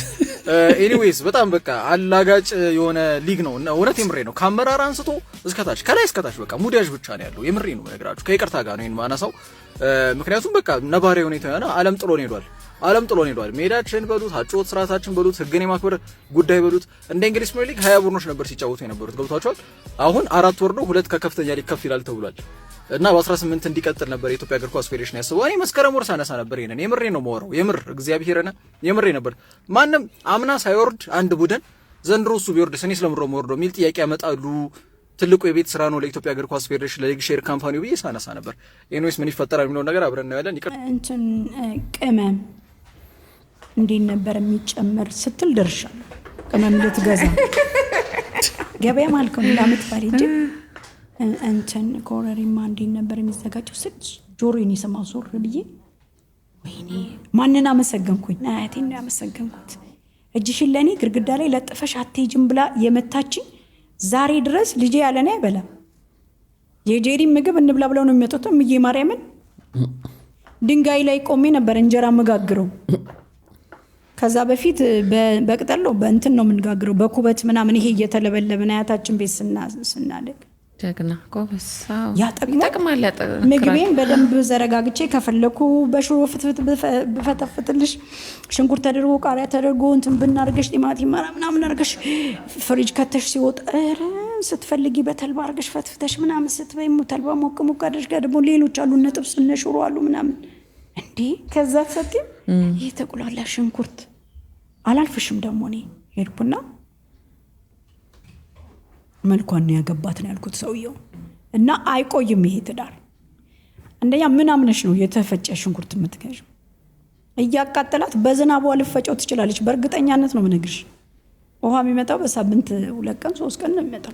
ከየት አምጥተሽ ነው በየቀኑ ሽንኩርት በሃይላንድ ነው የምትፈጨው? ሲደራ ነው እሱ። እሺ ወደ ዋናው ጉዳይ እየመጣን ነው አሁን። ይሄን አለች ጄሪ። ኦኬ በጣም አሪፍ ነገር ነው። ለሴት ልጅ ሙያ ያስፈልጋል ወይ? አዎ ይባላል። ቢኖራት ጥሩ ነው እና ሰሞኑን ደግሞ እንደዚህ አይነት ጉዳዮች እየተነሱ ነበር ሶሻል ሚዲያ ላይ። ኩክ ማድረግ የምትችል ሴት የማትችል ሴት እንደዚህ አይነት ነገሮች አሉ አይደል? መጧን ፌሚኒስቶች እንስማቸው እንግዲህ። አረ ምን ጉድ ነው እንዳለ ስለ ወጥና ስለ መወጥወጥ ሆኗል ቲክቶኩ ሰሞኑን። ምን ጉድ ነው ቲክቶክ ላይ ያለው ወንዱላ እንዳለ ይቦካልኝ ይወጥወጥልኝ እያለ ነው። የማገባው ለመብላት ነው አላችሁ። ምን ነው ባለፈው አንዱ መጥቶ ወንድ ልጅ ምንም አይመርጥም ማጋሰስ ነው አለ። አሁን ደግሞ አሸን የሚስማሙ ወንዶች እየወጡ ይወጠወጥልኝ ይቦካልኝ፣ ካልተወጠወጠልኝ ካልተቦካልኝ እኔ ሚስት አላገባም እንዴ። ምታቦከዋም ማታቦከዋም ማግባት አትፈልግም እኮ ቺኩ ለራሱ ለመወጥወጥ ትቷል እኮ እንዴ። እንደው ቆመ ቅር ሲልህ ነው እንጂ መድኃኒዓለም እንጃ። ያራድዬ ልጅ ዝም ብለህ ቤት ስትገባ ሲመስለኝ ካሜራው ቀና ብሎ ልትወጠውጥ እኮ እያቀራረበች ነው እሷ ራሱ ለቤቷና ለባለቤቷ ለልጆቿ ብሎ እንዳያስተጋባብህ ደህና ዋላችሁ ስትል እግዚአብሔር የሚመስገን የሚልህ ብቻ ፈልግ አስገባ። አትሞላፈጥ። እሱም ካገኘህ ነው ባይደወይ እሱም ካገኘህ ነው። ቢከስ የማግባት ፍላጎት የለውም። እንኳን ካልተወጠወጠልኝ ምናምን የሚል የወንድ አልጫ ቀርቶ በቃ እንጨቅ ያለ ራሱ ብዙ የማግባት ፍላጎት ያለው የለምና ራስ አብካው ራስ ቦጥቡጠው ወጥውጠው ከዛ ጥርቅም አድርገህ ቢጣፍጥም ባይጣፍጥም ብልት እሷን ጋብዛሃት ከሆነ ደግሞ የወጠወጥከውን ነገር ያቦካውን ነገር ጋብዛሃት ከሆነ ቀድመህ ዋው ዋው እያልክ ሼማ ሲዛት ማቡካት አይችልም መወጥወጥ አይችልም ብላ እንዳትተውክ ማለት ነው። ዩአር ዌልካም። እንዲህ አይነት ነገር ነው እንግዲህ እያሉ ያሉት። በነገራችን ላይ ቅድም ብያለሁ ፌሚኒስት የሚለው ሀሳብ ላይ ትንሽ ነገር ማለት እፈልጋለሁ። ይሄ ትክክለኛው ነገር ሴቶች ላይ የሚደርስ ጥቃት አንዳንድ ነገሮች አሉ። ያንን ፌሚኒስቶች ያላቸው አይነት ትክክል አይደለም የኛ ሀገሮቹ ብሎ ማለት የሴት ልጅን ጥቃት እንደደገፍክ ነው የምንቆጥረው የሚሉ ሰዎች አሉ። ነው አንደግፍም፣ አናደርስም፣ መድረስም የለበትም። ከደረሰም በህግ ምናምን መጠየቅ አለበት። ይሄ ምንም ጥያቄ የለውም። እንጂ የኛ ሀገሮቹ ግን የሚሄዱበት መንገድ ግን አልወደውም። ብዙ ሰዎች ማይወዱትም እንደምታውቁት ነው። ብዙ ጣጣ አለባቸው ከውስጣቸው ማለት ተገኝተዋልም ተይዘዋልም ምንም እኮ ያደባባይ ሚስጥር ነው። እነሱ መቃወም ማለት ግን የሴት ልጅን ጥቃት መደገፍ ማለት እንዳልሆነ ያዙልኝ። አንዳንድ ሰዎች ወደዛ ስለሚወስዱት ብዬ ነው። ስለዚህ እነዚህ ግሩፖች እንደምታዩቸው ናቸው። ነግራችኋለሁ ባለፈው። እሷ ልጆቿን ባሏን ይዛ ቤቷን እየመራች ነው። ሌሎቹን አዳዲስ የሚመጡትን ልጆች እህቶቻችን ላይ መርዝ እየረጩ ያሉት። ግብ የማትሰራ ሴት አልፈልግም። ፕሬፈረንስ ነው፣ ላቭ ኮንዲሽናል ነው እና የሰውን ማንነት የምንለየው በድርጊቱ ነው እና ኩክ የማታደርግ ሴት ማንነቷ ጥሩ ስላልሆነ አልፈልግም ፕሬፈረንስ ነው የሚል አርጊመንት ቀርቦልናል ከጆናሲ። ራሳችንን እናዋርድና ባንተ አስተሳሰብ እንውረድ። ምንም አቋም የሌላት ምንም ለመማርም ለመስራትም ለመለወጥም ሀሳብ የሌላት ዝም ብላ ቁጭ ብላ የምትኖር ሴት ተነስታ እኔ ባለሀብት ነው ማግባት የምፈልገው ብትል ጎልድ ዲገር እንላታለን አይደለ? አኮርዲንግ ቱ ሄር ፕሬፈረንስ ሌብል ይሰጣታል። እሷ እውቀት ሳይኖራት፣ እሷ አላማ ሳይኖራት፣ እሷ የስራ ክህሎት ሳይኖራት ሀብታም ሳትሆን ወይም ደግሞ ሀብታም ለመሆን የሚያስፈልጉትን ምንም ነገሮች ሳታደርግ ሀብታም ወንድን ነው ፕሬፈር ማደርገው ስትል እቺ ጎልድ ዲገር እንላታለን። አንዳንድ ሰዎች እንደውም ይሄማ ዘመናዊ ሽርሙጥና ነው ይሉታል። 55 ሽማግሌ የ21 ዓመት የ20 የ19 ዓመትን ልጅ ቢመኝ ይሄ ፔዶ ብለን ፔዶ ፊሊያ የሚለውን ሌብል ከመስጠት አንቆጠብም። ምክንያቱም ስለሆነ ቤት ውስጥ ስራን መስራት የማይችል ወንድ የቤት ውስጥ ስራ መስራት የምትችልን ሴት ነው ፕሬፈር የማደርገው ብሎ የቤት ውስጥ ስራን ለመስራት ፍቃደኛ ሳይሆን፣ ሚስቱን ለማገዝ ፍቃደኛ ሳይሆን፣ ቤት ውስጥ ያሉትን ሴቶች ለማገዝ ምንም ፍቃደኛ ሳይሆን እንደዛ አይነት ሴቶች ብቻ ነው ፕሬፈር የማደርገው ብሎ ቢያወራ ጉልበት ዲገር ነው። እዛኛው ቪዲዮ ላይ እንዳልኩ ፕሬፈረንስ እዚህ ያኔ አንድ ነገር ማለት ትፈልጋለሁ። የቤት ውስጥ ስራ መተጋገዝ ምንም ይሄ ኦቪየስ ነው፣ ምንም ችግር የለውም። ግን የማይሆንበት ደግሞ ነገሮች አሉ። ለምሳሌ ሚስት ቤት ነው የምትውለው ልበል፣ ባል ደግሞ ውጪ ሲሰራ ነው የሚውለው ልበል። ስለዚህ ስራ ተከፋፈሉ ማለት አይደል? ቤት ውስጥ ያለው ስራ ከሚስት ይጠበቃል ማለት ነው። ውጪ ያለው ስራ ደግሞ ከባል ይጠበቃል። እንደገና ፕሮቫይደር ነው ያመጣል። በቃ እዛም ሆኖ እዛ ሲደክም ሙሉ ቁጭ ብላ ለምሳሌ ሲመጣ ሙሉን የቤት ስራ ከሆነ አይሆንማ። ይሄ ገልብጣችሁም አስቡት። ወንድ ቤት ውሎ እሷ ውጭ እየዋለች ነው እንበል። ቤት ውስጥ እስካለ ድረስ ወንዱ ልክ የቤቱን ስራ ሰርቶ መጠበቅ አለበት። እሷ ደግሞ ከውጭ ስትመጣ ሰርታ ስትመጣ ደግሞ ታርፋለች። እሱም ሲሰራ ውሎ ያርፋል ማለት ነው። ይሄ ነው እንጂ አሁን በነ ጆርዲ አባባል ሌላ አይነት ዳይሬክሽን እንዲይዝ እያረጉት ስለሆነ ነው። ስለ ፕሬፈር ስለምታደርገው ሰው ማንነት ብቻ አይደለም የሚናገረው፣ ስላንተም ይናገራል፣ ስላንተም ማንነት ይናገራል። ሶ ኩክ የማታደርግ ሴት ፕሬፈር አላደርግም የሚል ሰው ሎጂክሊ ስፒኪንግ ኩክ የሚያደርግ ሰው መሆን አለበት። ያ ሌላ ሴት ልጅ ወንድ ትሁን ወይም ለዚህ እኮ ነው አሁን ታዲያ ቤት ቁጭ ላ ኩክ ማታረግ አብስላ ምናምን ማብሰል ብቻ እኮ አይደለም ህይወት እንዴ። አብስላም ቤት ውስጥ ያሉ ብዙ ነገሮች አሉ እኮ። ልጆች ሲኖሩም ደግሞ ይጨምራል። ልጆች ከሌሉም በቃ ጽዳትም አለ ምን አለ ብዙ ነገር አለ አይደል? ስለዚህ ቤት ያለው ሰው ቤት የሚውለው ሰው ያንን የቤቱን ስራ ከቨር ማድረግ አለበት፣ ምንም ጥያቄ የለውም። ስለዚህ ያን የቤት ስራ ከቨር ለማድረግ ግን ሴት ሲኮን ደግሞ ሞር ይጠበቃል አይደል? ሴት ለምን ሞር ይጠበቃል ከሴት ማለት አትችሉም። የተፈጥሮ ጉዳይ ያለን እንደሚታወቀው ማለት ነው። ማብሰል ላይ ምናምን ላይ ሴት ላይ ደግሞ ትንሽ የበለጠ ይጠበቃል። ስለዚህ ሳይሆን ከቀረ ግን ልክ ነው ብዬ አላምንም። እስቲ እናንተን ሀሳብ ግን ኮመንት ሴክሽን ላይ አስቀምጡልኝ። ዛሬ ደግሞ ሰይፉ ላይ ብሩክታይት ናት የቀረበችው እና ብሩክታይት ተዋናይት ምናምን ነገር ታቋታላችሁ ምናምን ሶሻል ሚዲያ ላይ እና ሁለት ነገር ከዚህ ኤፒሶድ ሁለት ነገር አንደኛ ሁላችንም ኦንላይን ስራ እንጀምር፣ ኦንላይን ስራ እንጀምር። ሁለተኛ ግን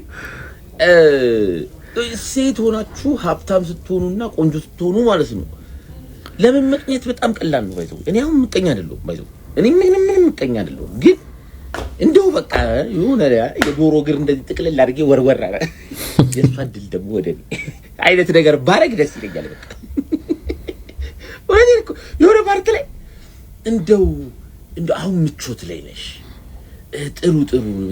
ጥሩ ቦታ ትሄጃለሽ እና የድሮዋን ብሩክታይት ታስታውሻታለሽ? የድሮዋን ብሩክታይት ደግሞ ማን ነው ማስታወስ? በጣም የደበረኝ ፓርት እሱ ነው። እኔ ራሱ ከ12 ዓመት በፊት የነበረችው እኔ ተወት የብሪክቲ በጣም የሚገርም ኢንተርቪው ነበረ እውነት ለመናገር እና አንዳንድ ቦታ ላይ አሪፍ ነገር ያስተላልፋቸው መልእክቶች አሉ። ለምን ጥሩንም ነገር አብሮ መጨፍለቅ ስለማያስፈልግ ግን በቃ ስለ ድሮ ማንነት ምናምን ሲነሳ እንዴት አድርጋ እንደገለጸችው አንዳንድ ያረጋቻቸው ነገሮች ለቦታው የማይመጥኑ ሁሉ የሚመስሉ ነገሮችና ሰይፉ ራሱ ገርሞታልና አውቆ ነበር እንዲገባት እያረገ ማንነቴን የድሮን አላስታውሰውም ምናምን ስትል የነ ጥላሁን ዘውገን እንዴት የድሮ ማንነታቸው እንደሚያስታውሱ እንዲገባት አድርጎ ነግሯት ነበር። ግን የገባት አይመስለኝም። ብሩክታይት ባለትዳር አይደለሁም። የፍቅር ጓደኛ የላትም።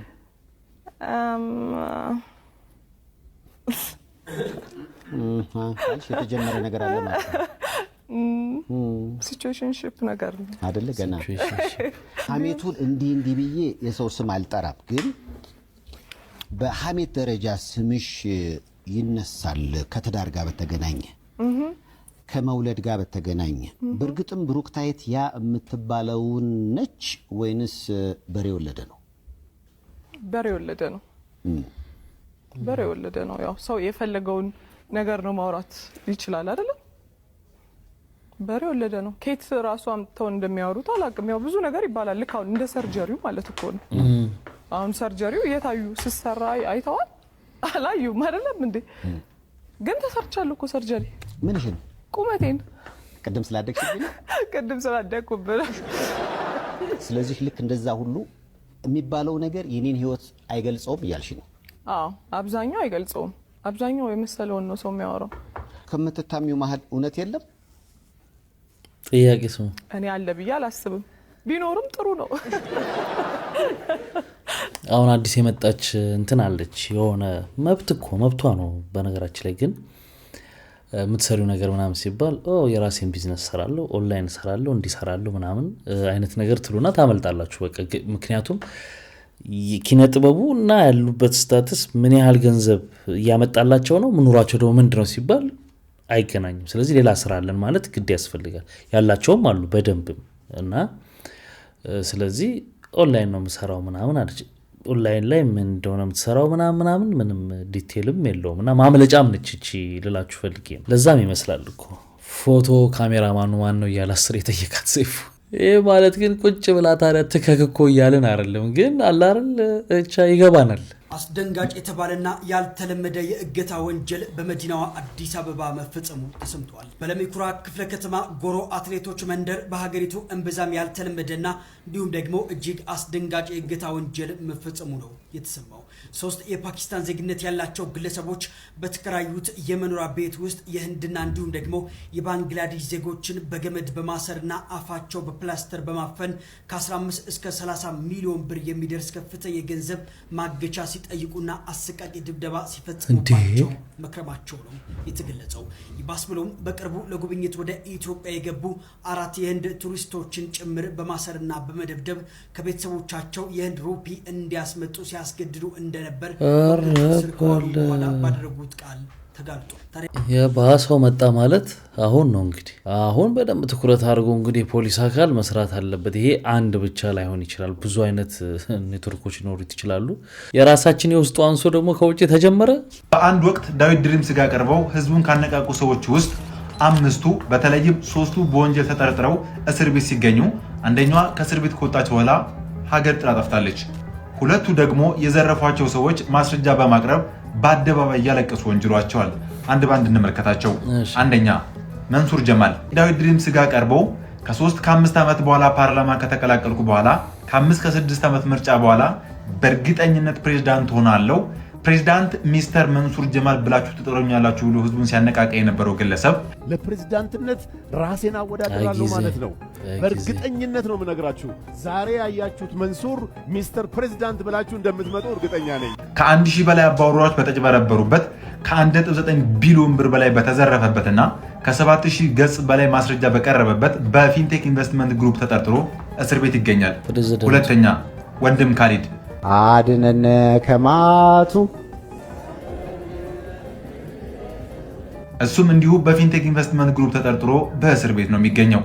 ሶስተኛ በረከት ገበሬዋ ገበሬ ማለት ቤተ መንግስትም ብትሄዱ ሆስፒታልም ብትሄዱ አየር መንገድን ፕሌን ላይም ብትወጡ የኢትዮጵያን የግብርና ታሪክ ሙሉ ለሙሉ ቀይራለሁ ብላ ከአየርላንድ ወደ ኢትዮጵያ መታ የነበረችው በረከት ገበሬዋ በተለያዩ ወንጀሎች ተጠርጥራ እስር ቤት ከገባች በኋላ ከእስር ቤት ከተለቀቀች በኋላ በድጋሚ የፌዴራል ፖሊስ በከፍተኛ ወንጀል ከመፈልጋቸው 4 ሰዎች ውስጥ አንደኛዋ ነች ያለችበት ጠቁሙኝ ብሎ የአፋልጉኝ ማስታወቂያ ቢያወጣባትም ይህቺ ሴት ኢትዮጵያን ለቃ ወደ አየርላንድ ከሸሸች በኋላ ኢትዮጵያን ለቅቄ ወጥቻለሁ ከእንግዲህ በኋላ ማንንም አያገኘኝም ስትል አሾፋለች። አራተኛ ነጻነት ዘነበ የያዛችሁትን ሃይማኖት መርጥ አርጋችሁ የምትይዙ ሰው ትሆናላችሁ። ወደ ሌላ የሚያስኬዳችሁ አይደለም። ከዛሬ 4 ዓመት በፊት ድርጅቱ ህገወጥ ነው ተብሎ የተዘጋው ቲያንስ የሽያጭ ተቋም ውስጥ የፊት ለፊት ገጽና ከፍተኛ የሽያጭ ባለቤት የነበረው ይሄ ግለሰብ ነስልኝ ነጻነት ዘነበ እባላለሁኝ። ቲያንስ ኢትዮጵያ ቢዝነስ ፒኤልሲ ውስጥ ዲስትሪቢዩተር ሆኜ ከስተመር ዲስትሪቢዩተር ማለት ነው። ድርጅቱ ፒራሚድ ዲስካም ነው ተብሎ ከተዘጋ በኋላ በድጋሚ ከአመታት ቆይታ በኋላ አልፋ ብሬክስሩ የተባለ ሌላ የፒራሚድ ዲስካም ድርጅት ይዞ መጥቷል። በቲያንስም ሆነ በአልፋ ብሬክስሩ ከስረናል፣ ተዘርፈናል እያሉ በየአደባባዩ የሚያለቅሱ ሰዎች ቁጥር ቤት ይቁጠራቸው። አምስተኛ ተሜታ ፒሰሪ ከባዱ ነገር ከዛ ጥቁር ወንበር ላይ ወርዶ ሁሉም እዚህ ላይ መጥተዋል። የሚገርም ነበር። በከተማችን እንዲሁም በሀገር አቀፍ ደረጃ ትልቁ የታፒሰሪ ድርጅት ባለቤት ነኝ ብሎ በዳዊት ድሪምስ ጋር ቀርቦ ሲያነቃቃ የነበረው ግለሰብ ከሰሞኑ አንዲት ግለሰብ በሚዲያ መታ ተሜታ ፒሰሪ እዚህ እንዲደርስና የድርጅቱ መስራች የገንዘቡ ባለቤት እኔ ነበርኩኝ፣ ነገር ግን እሱ ከተለወጠ በኋላ ስሙን ከገነባ በኋላ እኔን ደብድቦ ከገበያ አወጣኝ። ከገበያ ማውጣት ብቻ አይደለም እኔ ላይ በየጊዜው ድብደባ ይፈጽምብኝ ነበር። ለዚህም ብቁ ማስረጃዎች አሉኝ ብላ ማስረጃዎችን አቅርባ ክሷን መስርታለች። ሁለቱ በፍርድ ቤት ምንም እንኳን ወንጀለኛ ባይባሉም ነገር ግን ሶስቱ በወንጀል ተጠርጥረው ሁለቱ በእስር ቤት የሚገኙ ሲሆኑ አንደኛዋ ሀገር ጥላ ጠፍታለች። ተመልከቱ እንግዲህ እያንዳንዱ ስኬት ጀርባ ሁሉም ላይ ማለት አይደለም ግን መጠርጠር ያስፈልጋል። እንግዲህ እንዳያችኋቸው ዳዊት ድሪምስ ላይ እነዚህ ሰዎች በጣም በስኬት እንትን ያሉ ሰዎች ናቸው። ስልጠና ይስጡ ተብለው በመድረክ ላይ መጥተው የነበሩ ሰዎች ናቸው። እዚህ መድረክ ላይ ያልመጡ ብዙ ሰዎች አሉ እና ስኬቱ ከየት መጣ፣ እንዴት ሆኖ የሚለው መመርመር ያስፈልጋል። አንዳንድ ጊዜ በተለይ ከህዝብ ገንዘብ የሚጠይቁ ፕሮጀክቶች ሲመጡ ማለት ነው። እና ይሄው ነው እንግዲህ ያለው እውነት። ሁሌም ህይወቴ ላይ ምን ኖቲስ እንደማድረግ ልንገራችሁ። ሰላሜ እንዲጠፋ በተላከ ጉዳይ ላይ ሁሌም ሰላሜን አገኛለሁ። እንድነከስር በተላከ ነገር ላይ ሰላምሽንማ እንዴት ይጠፋል? ስምሽ ራሱ ሰላም አይደል እንዴ? ሰላም አትርፍ ያውቃሉ። ብዙ ጊዜ እንዳስጠላ በተላከ ነገር ላይ በራሱ በተላከው ጉዳይ አምሪያ እንድጠላ በተላከ ጉዳይ ላይ ብዙ ጊዜ ተወድጃ።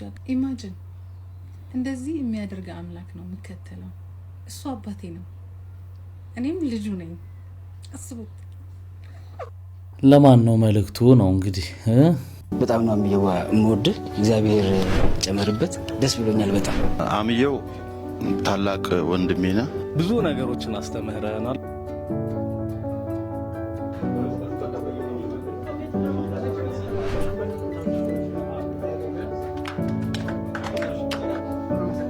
እዚህ የተገኛችሁ የአህመድ ተሾመ ቅጽል በሚታወቅበት ስሙ ጊምቢ ለበርካታ አመታት ፕሮባብሊ 13 14 አመታት አልበም ሳያወጣ ቆይቶ ከብዙ ልፋትና ድካም በኋላ አሁን የአልበሙን ስራ አጠናቆ ማስተሩን በእጁ ስለተቀበለ እኛ ወዳጆቹ፣ ጓደኞቹ፣ እዚህ የተሰበሰባችሁ ትልልቅ ድምፃውያን አላችሁ፣ ገጣሚያን አላችሁ፣ የሙዚቃ ባለሙያዎች አላችሁ፣ እባካችሁ እንኳን ደስ አለ በሉት። እንኳን ደስ አለ። እንግዲህ ዲምቢ አህመድ ተሾመ ዲምቢ ለዲምቢ በሚለው ዜማ ነው የምናውቀውና ለበርካታ ደግሞ ድምፃውያን ግጥምና ዜማ በጣም ሰጥቷል እና ከብዙ አመት በኋላ እንግዲህ አልበሙን ሰርቶ ሊያወጣ መሆኑ ተሰምቷል። አልበም በተመለከተ ቅርብ ጊዜ ነፍሱን ይማረውና ሰማኸኝ በለው አላወጣም ብሎ ነው እንግዲህ እስከ ፍጻሜ ከዚህ በኋላ አላወጣም ኪሳራ ነው ሲል ነበረ። እንግዲህ ወንድሜ ይቅና ነው ምለው ለዲምቢ። ይህ ስለ አባት ከተነሳ በሳት የተፈተነ ወርቅ የሆነ አባት ነበረኝ እና ያው በህይወት የለም ነፍሱን ይማረው። ግን ስለ አባት በጣም ብዙ ነገሮችን ቧጭሬያለሁ። በቃ ግን ስሜት የሚገልጽልኝ ነገር ምንም አላገኘሁም ነበር። ሀሳብ አግኝቼ ነው ይህንም ዘፈን የሰራሁትና አያቴ ፋሚሊ ውስጥ አያቴ አንድ ግቢ ውስጥ ነው የምንኖረው። አያቴም አርፏል። አያቴ ማለት አባቴ ነው። በቃ ለሁላችንም ነው የምልሽ። ከዛን ውጪ ደግሞ ፀሐይ የሚባል ደግሞ አንድ አባት አለ የጓደኛዬ የአብሮ አደጌ አባት እና መጨረሻ ላይ በሱ አባት ነው የጻፍኩት። ከዛ እዚህ ደግሞ ከሻሸመኔ እንደመጣው የምኖርበት ሻውል ጸጋዬ የሚባል አጎት ነበረኝ። የሱም ፎንቃ በጣም ከባድ ነበረብኝ። ከዛን መጨረሻ ላይ የሱን የሆነ ስሜት የሻውል ጸጋዬን የፀሐዬን የሆነ ስሜት የማቀውን የአባብዬን የሆነ ስሜት ከዛን የክፍልዬን የሆነ ስሜት አድርጌ የሆነ ቀን አባብዬ የምትለው አያቴ ነው ለምን የሆነ ስጦታ ለጓደኛዬ ያልሰጠውም ብዬ ሙት ዓመቱ ነበር። አሁን መብራት የምልሽ ጓደኛዬ ማለት ነው። እሱ ለአባቱ ያለው ፍቅር ስቲል አሁን ድረስ ያለቅሳል እና ሶሻል ሚዲያ ላይም ስሜቱን መደበቅ የማይችል ልጅ ነው። ከዛን ለሱ በስጦታ መንገድ ለመስጠት ዘፈኑን ጻፍኩት። የሆነ ቀን በቃ ሰርፕራይዝ አደርጋለሁ ምናምን ብዬው ዘመቃ ዝም ብሎ ለቅሶ ነው ስጽፈው፣ ለቅሶ ነው። እውነት የሆነውን ነገር ነው የምጽፈው። ፀሐዬ ሲሆን የነበረውን ነገር ነው የምጽፈው። አባቤ ሲሆን የነበረውን ነገር፣ ክፍሌ ሲሆን የነበረውን ነገር ነው ስጽፍ የነበረው፣ ሲለኝ የነበረው ምናምን። ከዛን አቃተኝ። በቃ የመጀመሪያ ቀን ጥዬ ነው የወጣሁት። ማለት ሌላ ስራ አልሰራ ሄጄ ነው እስቲ የሆነ ነገር እንሞክር ተባብለን እዛን ብዙ ጊዜ ተቀምጦ ነበር ዘፈኑ። የሆነ ቀን ላውጣው በቃ ምናምን ብዬ ለሱ ስጦታ ለመስጠት ዘፈንኩት። ከዛን አሁን እኔ ዘፈኑን ከዛ ጊዜ በኋላም ሰምቼው አላውቅም። ተመልሶ ለመስማት ይከብዳል። ስሜት ያደርጋል፣ እርብሽብሽ ያደርገኛል ስሜቴን ምናምን ነገር። አንዳንዴ ምን ነው ባልዘፈንኩት እላለሁ። እግዚአብሔር እንኳን ዘፈንከው ደግሞ ሁሉም በህይወት የሉ ቢኖር እንኳን አሪፍ ነበር። ሁሉም የሉም እና ስለሌሉ ሲሉ የነበሩትን ነገር ነበር ስጽፍ የነበረው። አንዳንድ ጊዜ እኔ አንቺ የሆነ ህይወት ካጫወተሽ እሱን ህይወት ነው የምጽፈው እና እንደ ስድ ንባብ ነው እንደዚህ አድርጌ መጀመሪያ የምጽፈው። አጫውታለሁ ሉላ እንደዚህ ሆና ነበር፣ እንደዚህ ገብታ፣ እንደዚህ ደርሶባት እያልኩኝ ነው የምጽፈው። ከዛን እሱን ነው ግጥም ማድረገውና ከዛን ስሜት ይሰጠኛል። አቅርቦት ነበር ዘፈኑን ውድንቤ ቤስ ላይ እና በጣም ስሜት የሚነካ ዘፈን ነው። እንደምታውቁት ባለፈው የአባቶች ቀን ነበርና እዛ ላይ አቅርቦት እንደውም አንዷ ሆስት በጣም ነው ያዘነችው። በጣም ስታነባው ነበር። በጣም እንደዚህ እኔ ደስታ እንደሚያስለቅስ አይቼም ሰምቼም አላውቅም። ማለት ማዘሬ ስትሞት በጣም ልጅ ነበርኩኝ። አባቴ ምን ይለኛል፣ ማዘር ስትሞት ደስ ያለ ነው የምትመስለው። ማለት ለኔ ልጅ ነኝ ገና ስሜቱን አላውቀው ምናምን። ብዙ ሰዎችን ከጎን ያጥቻቸዋለሁ። በጣም የምወደው ቢኒያም የሚባል አብሮኝ ያደገ ሳውዝ አፍሪካ በሽጉጥ ገለውታል። ያኔ እንኳን አላለቀስኩም። ለኔ ፈለኩት ገብቷል። ይሄ ሰው ለማስገረም ምናምን አይደለም፣ ስሜቴን ነው እኔ እየተናገርኩ ያለው። ዛሬ እዚህ ጋር ቁጭ ብዬ ሳለቅስ እናንተ ነገ የሆነ ነገር ለማድረግ አትሰንፉ፣ ይሳካል ትላላችሁ። ምሳሌ ለመሆን ነው፣ እናንተን ለማበረታታት። የደስታ እንባ ነው ማለቅሰው፣ የቁጭት እንባ ነው ማለቅሰው። በጣም ነው እውነት። እኔ እንጃ። አንድ እንትን ልንገራችሁ፣ በጣም ትልቅ ሰው የምለው ነው እና በጣም ቆንጆዬ ልጅ ተዋወቀና ሊያገባ ሞከረ። ጓደኞቹ ሁሉ ሸሹት፣ ሚዜ ለመሆን ሸሹት። ካፌ ቁጭ ብዬ ሻይ እየጠጣሁኝ በጣም ተክዟል። በሰው ነው የማውቀው። ሄድኩና ምን ሆነ ነው አልኩት። አይ ላገባ ነበረ፣ ጓደኞቼ ሁሉ ሸሹኝ። ብዙ አያውቁኝም፣ ግን በቃ የክፍለ ሀገር ልጅ ነኝ፣ እዚህ አልኖርም እና ብዙዎቹ ፍላጎት የላቸውም።